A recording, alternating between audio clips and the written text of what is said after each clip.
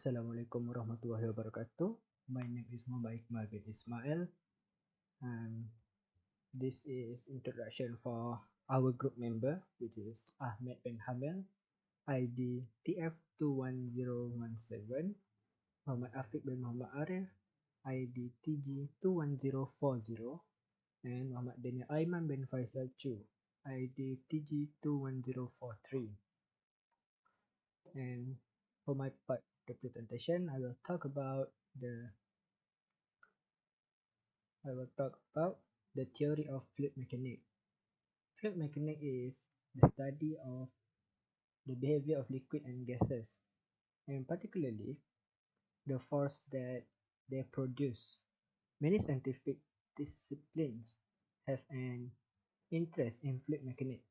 For example, meteorologists try to predict the motion of the fluid atmosphere swirling around the planet so that they can forecast the weather.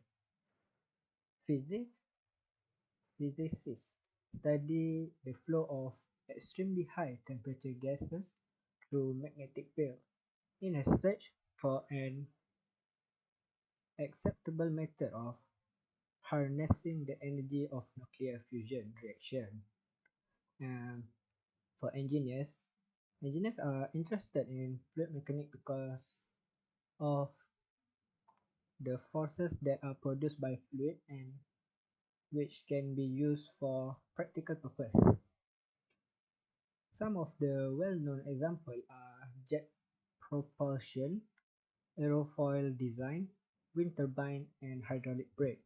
But there are also applications which receive less attention, such as the design of mechanical heart valve. Okay, that is all for my part, and we'll continue. Assalamualaikum, madam.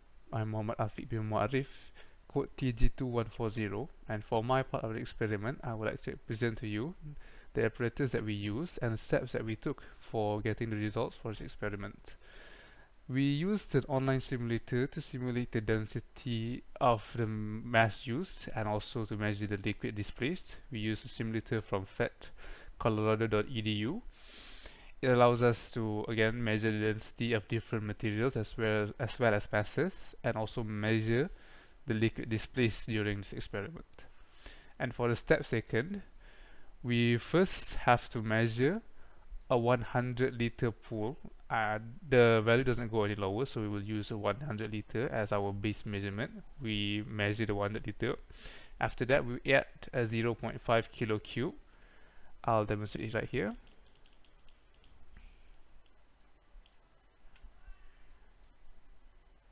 We then measured the volume of water displaced, in this case about 0.5 liters. We repeat the experiment by continuously adding 0.5 kilograms for each measurement. So for this one, instead of 0.5, we'll be using 1 kg. And as you can see, the water displaced has increased by also 0.5 liters. So in total, for 1 kg, it displaces 1 liter of water. The experiment will then be repeated 7 times in order to create a linear graph. After this data is tabulated, we will then, as I said before, graph it in order to see a linear increase between mass and water displacement. That's all for me, madam. I thank you for your attention, and I'll pass it on to my teammates. Assalamu alaikum. My name is Ahmed bin Hamil, TF21017. So my part is to show you how we obtain the data for our lab experiment. But before that, we must go through some safety steps and precautions for the lab. So first of all, we need to dress properly and dress our coat, our gloves, and our mask. We also need to make sure that all the working surfaces are clean, and the floor also. We need to make sure that the firefighting equipments and first aid kit are ready to use, and we finally need to switch off the electrical switches and water and gas taps. So after that we can carry on. So today we are using this simulator uh, for the mass and the volume. As we can see here, the water volume is 100 liter, and our wooden box is 0.50 kilograms. So when we drop it, the water volume increased by 0.50. So as long as we carry on, we are increasing the mass. We can notice here that the the volume of the water also increase. So we can record this value. So we are increasing the mass again by 0.50.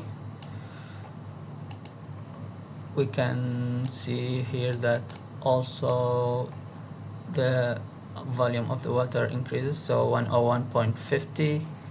So if we continue like that, now we have 2 kilogram mass. As you can see here, we have 102 liters. 2.50 kilograms, we get 1.2 or 102.50 liters, and 3 kilograms will get the water volume increased to the level of 103 liters. So we just record these volumes here in our table, so we can draw our graph like this. This is the mass volume graph that we are using here.